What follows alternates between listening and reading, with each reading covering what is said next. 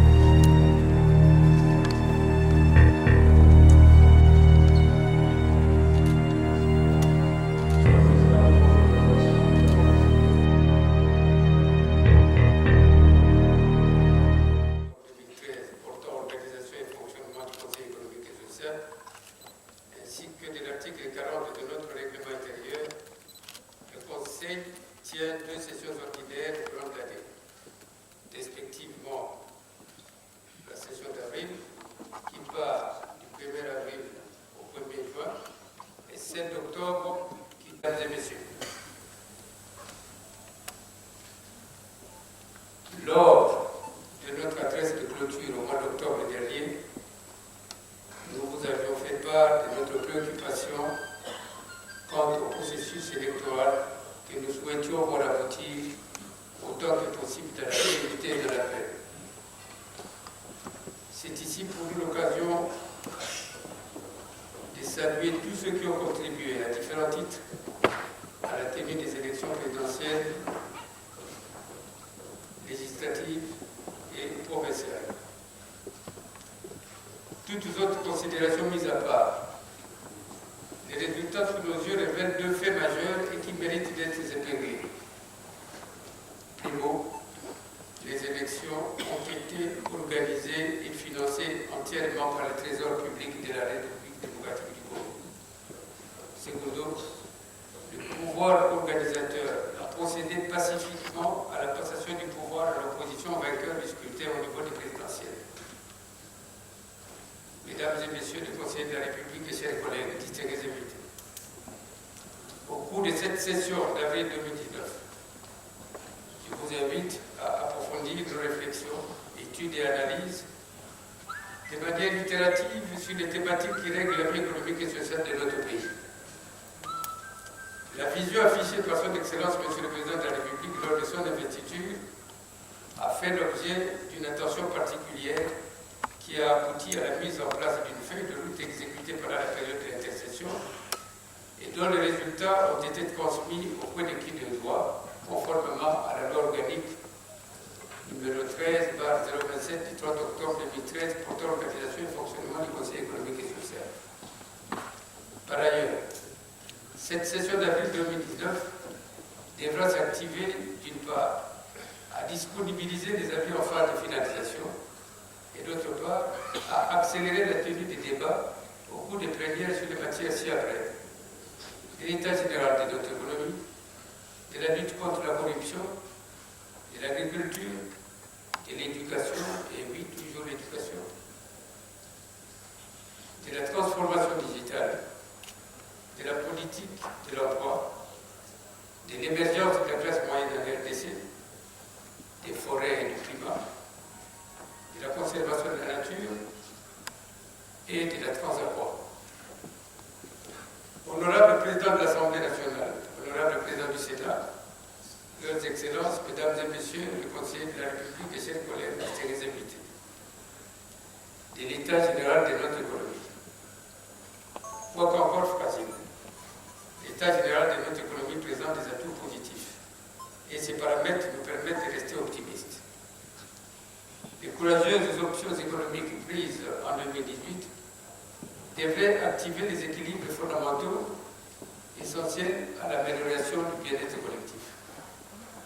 En termes de performances macroéconomiques, le dernier rapport de la Banque africaine de développement relève que le taux de croissance du PIB réel est estimé à 4% en 2018, contre 3,7% en 2017, sous l'impulsion d'une amélioration des coûts des produits de base et d'une hausse de la production minière.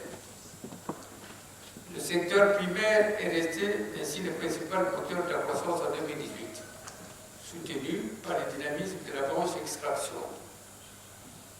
Le même rapport souligne le fait que l'organisation d'élections financières sur ressources a entraîné en 2018 un léger déficit budgétaire de 0,6% du PIB, contre un excédent budgétaire de 0,1% du PIB en 2017. La gestion de la dette publique a par contre été maîtrisée avec un encours total de la dette publique estimé à 18% en fin 2017 du PIB et avec une faible variation en 2018. En 2018 toujours, la Banque centrale du Congo a abaissé son taux directeur de 20% à 14%, suite à l'évolution favorable de l'activité économique. Et le taux d'inflation est descendu à 27,7% en fin 2018, contre 41,5% en 2017. Le déficit du compte courant s'est réduit, passant de 3,6% en 2017 à 1,1% en 2018, grâce à une hausse de la production minière. Notons également la stabilisation du franc congolais au cours de cette même année, avec une augmentation des revenus miniers de plus de 140% comparé à 2017, grâce à une remontée des cours de cuivre de plus de 38% en 3 ans et de plus de 124% pour le cobalt, minerai dont la République démocratique du Congo détient plus de 70% des réserves mondiales. Cela dit, il sied de rappeler qu'afin de garantir le caractère inclusif de ces développements économiques plutôt positifs, quoique accompagné de son lot d'écueils et de contraintes, l'application de la loi promulguée sur la sous-traitance en 2017 permettrait aux nationaux de bénéficier de plus d'opportunités et de plus d'espace tant d'affaires que d'emplois, ce qui constituerait un véritable levier de croissance. Il est donc nécessaire d'intégrer et de planifier la formation technique et professionnelle capable de générer une main-d'œuvre adaptée à nos besoins de développement, en complément des formations supérieures traditionnelles. C'est ici donc l'occasion pour nous de renouveler notre appel et recommandations faites au gouvernement d'associer les secteurs privés à l'élaboration des priorités de la politique d'éducation. Un autre point à soulever est la nécessité d'assurer le fonctionnement des provinces, qui, soit dit en passant, est un sujet qui occupera intensement nos commissions pendant la période de l'intercession. Quand nous parlons des priorités de la politique d'éducation, lorsque nous demandons au gouvernement d'associer le secteur privé, c'est pour adapter ces politiques aux besoins réels du développement et de créer enfin cette fameuse trilogie dont nous avons toujours appelé de nos voeux entre l'université, la recherche et l'entreprise. S'agissant donc des provinces, les mécanismes de rétrocession de l'administration centrale doivent prendre forme pour viabiliser le fonctionnement, puis le développement des nouvelles provinces. Faut-il encore que l'administration centrale collecte les revenus des provinces de manière efficace afin de les redistribuer, car l'activité économique formelle ne s'exerce véritablement que dans 3 pôles d'activité suivantes. Vous avez Kinshasa, la capitale, avec ses administrations.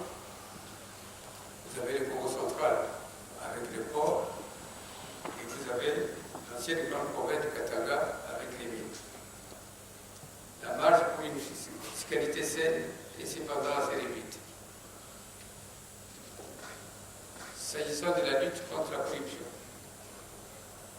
Si la corruption n'est pas un fait nouveau en RDC, elle prend à ce jour des proportions particulièrement inquiétantes.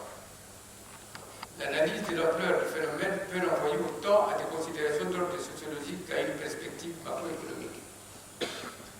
La diversité du phénomène couvre de la petite corruption qui touche les citoyens moyens dans la vie de tous les jours, à la grande corruption qui congrègue les institutions de la République, et c'est jusqu'à très haut niveau.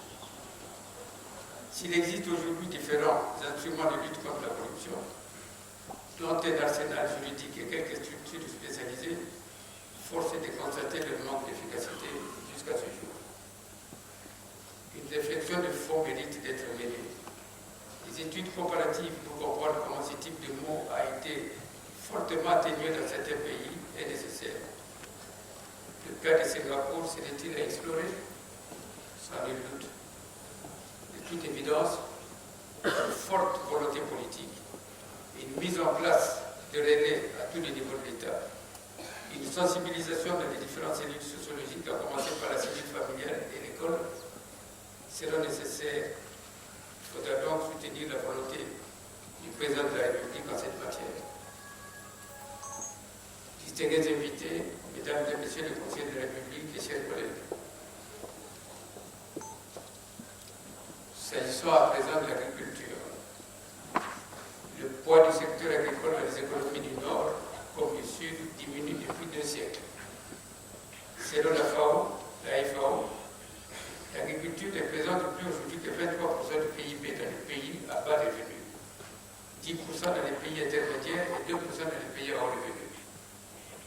La part des agriculteurs de la population active ne dépasse pas 30% que dans les pays à bas revenus, dont la RDC, avec une population rurale et agricole atteignant allègrement 80% de la population nationale.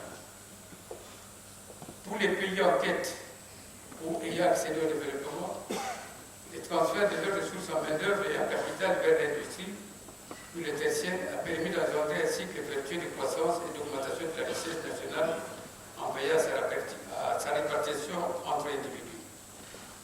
Cela dit, l'agriculture est encore considérée comme un élément majeur de la modification et l'amélioration de la structuration de nos économies. Même si les risques de ces changements structurels et leur impact sur la croissance et le développement des économies semblent très variables selon les pays et souvent aléatoires, n'en déplaise à certains. De plus, les règles du commerce international ont évolué. L'ère de la libéralisation prône un commerce fondé sur des avantages comparatifs. Il y a des milieux dont l'idée selon laquelle l'agriculture est le moteur du développement serait battue en brèche par de nouveaux modèles de croissance économique.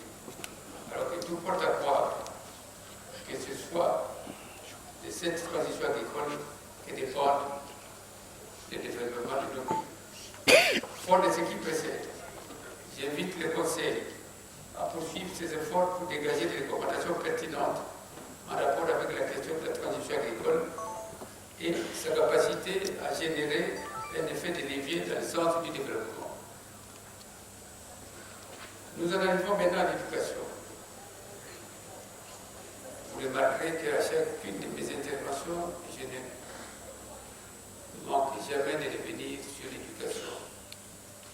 Parce que nous estimons que l'éducation est à la base de tout ce que nous pouvons concevoir comme politique de développement aujourd'hui et demain. Donc nous continuerons à insister sur ce sujet d'une importance capitale. Face à ces problèmes catastrophiques, il faut des solutions d'envergure nécessitant du courage politique. Nous sommes tous conscients du fiasco collectif des politiques éducatives pratiquées jusqu'à ce jour, lesquelles ont conduit notre jeunesse jusqu'à perdre le sens de la citoyenneté. Le Conseil économique et social, dans son avis sur les causes de la baisse de la qualité de l'enseignement, formulera des recommandations appropriées. Nous avions souhaité plus haut que les secteurs privés soient associés au choix des priorités afin de faire correspondre l'enseignement aux besoins des entreprises qui ne peuvent recruter localement par faute des profils adéquats. conséquences de ces contraintes plombent de nombreux secteurs essentiels à un développement pérenne de notre société. Voilà pourquoi nous préconisons une véritable réforme qui devra être mise en œuvre d'une manière irréversible. Cela nous amène à nous poser quelques questions qui peuvent nous faire méditer. À qui confions-nous l'éducation de notre jeunesse? Et pourquoi acceptons-nous de voir le secteur de l'éducation être versé dans le commerce général?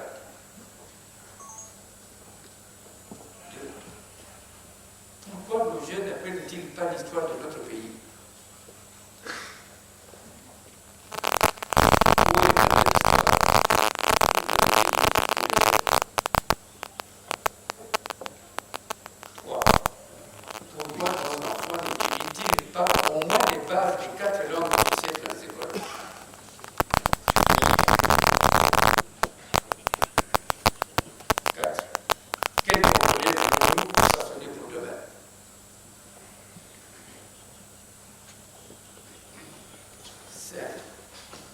Quelle valeur accordons-nous à la maîtrise des sciences exactes dans notre programme éducatif pour un pays en quête de développement?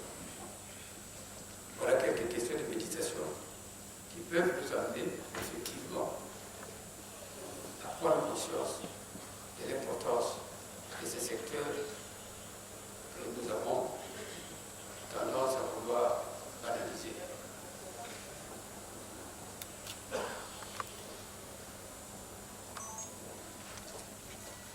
Distingués invités, mesdames et messieurs le Conseil de la République et chers collègues, je voudrais à présent parler de la politique de l'emploi telle que cela est perçue dans les commissions du Conseil économique et social. Le redressement de l'économie et la lutte contre la pauvreté passent nécessairement par la création des emplois.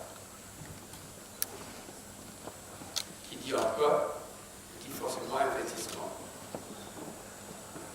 Pour cela, il faut à la RDC une politique résolument volontariste et de nature à permettre la création d'emplois dans le secteur formel.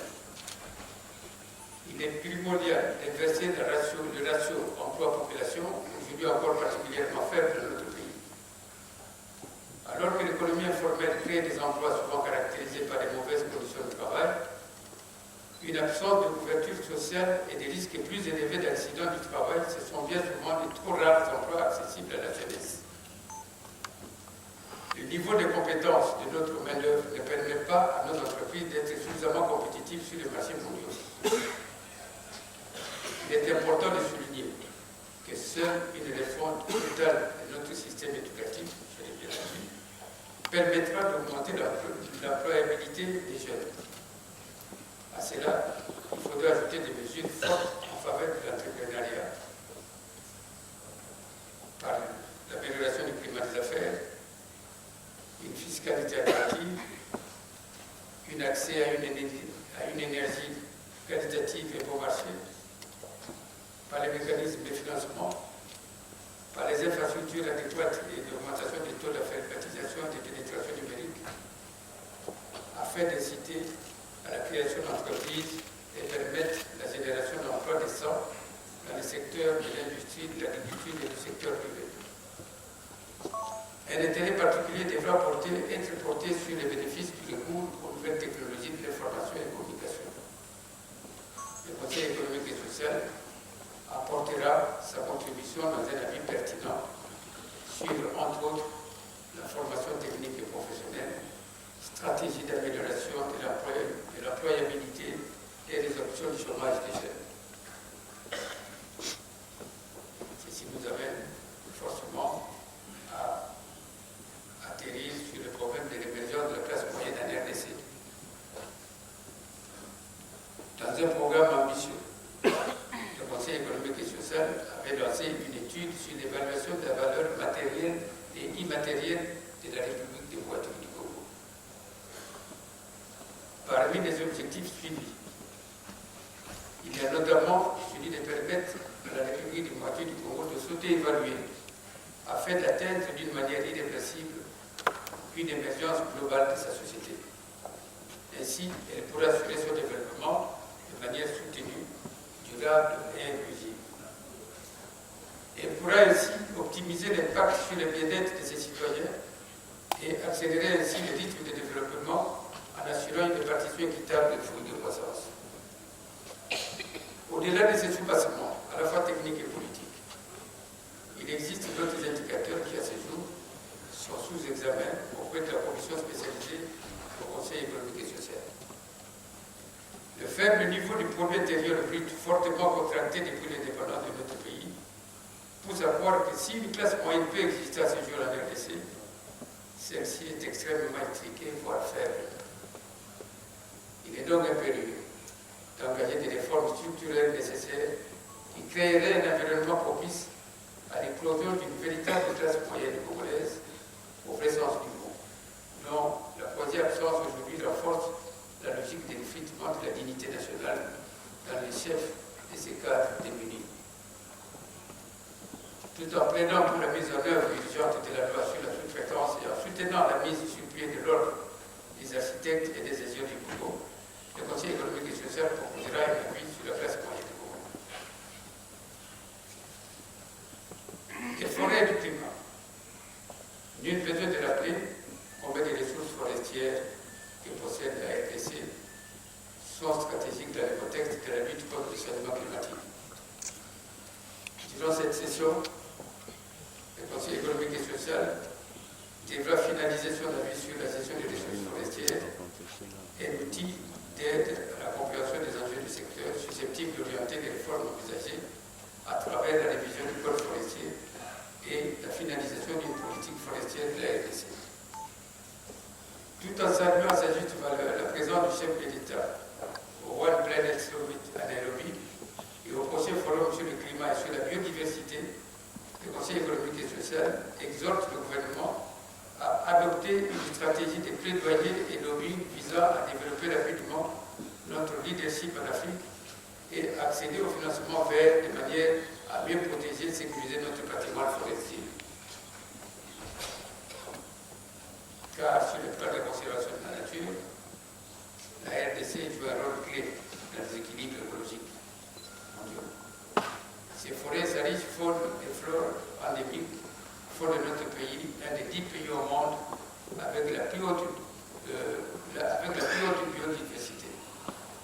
Les aires protégées qui participent à la conservation de celles-ci couvrent environ 11% du pays sur les 15% planifiés.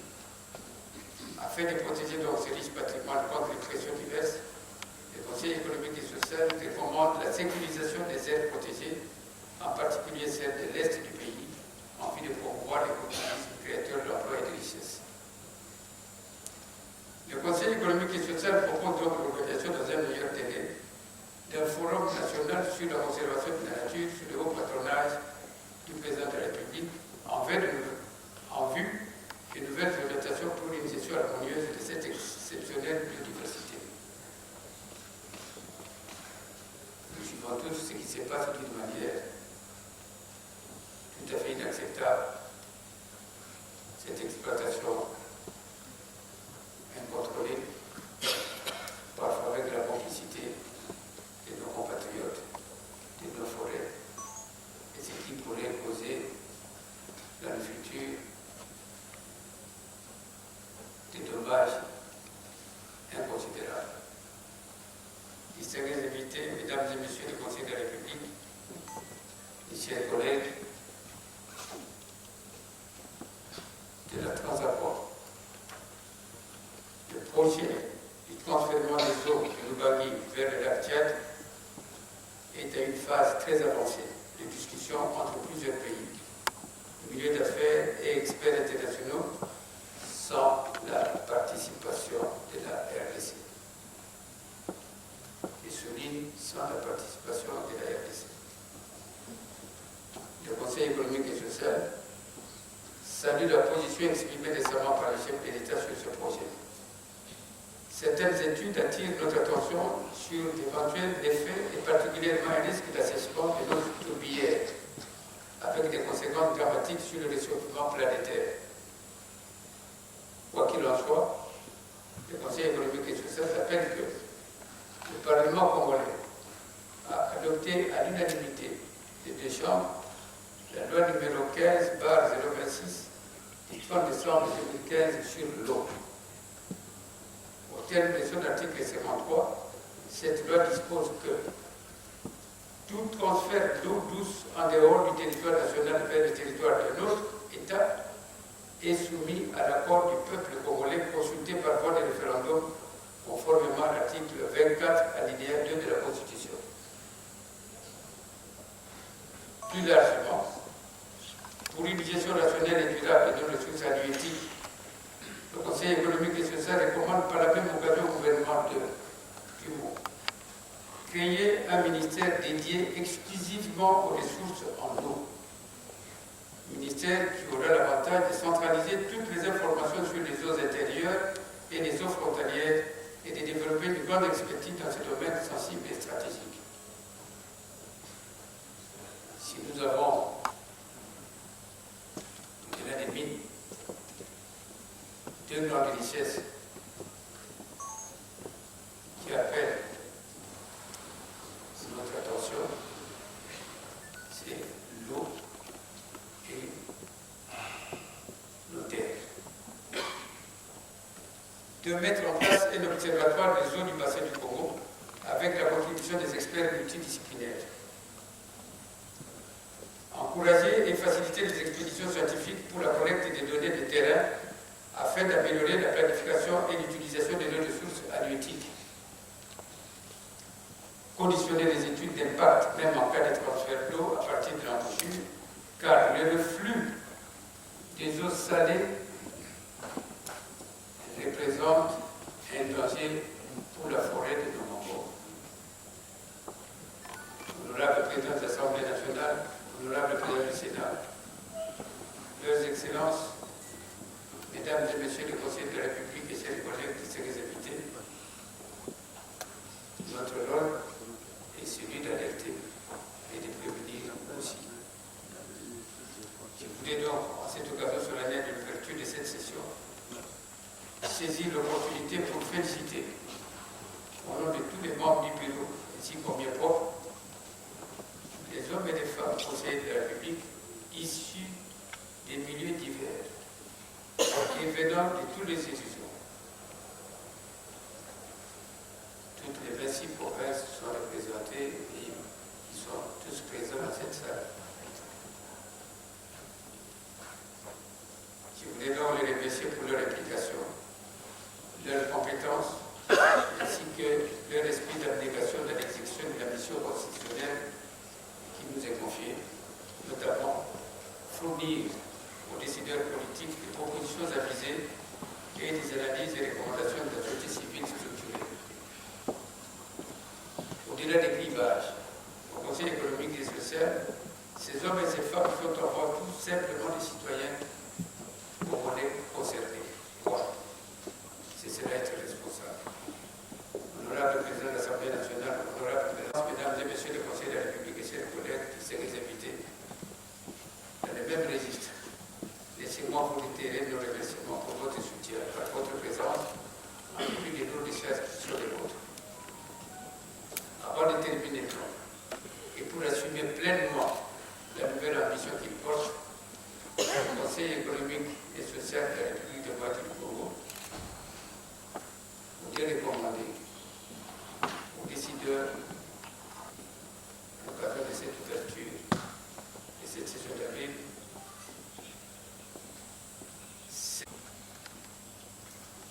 tout mettre en œuvre pour consolider la paix et la sécurité. La deuxième, renforcer les capacités du capital.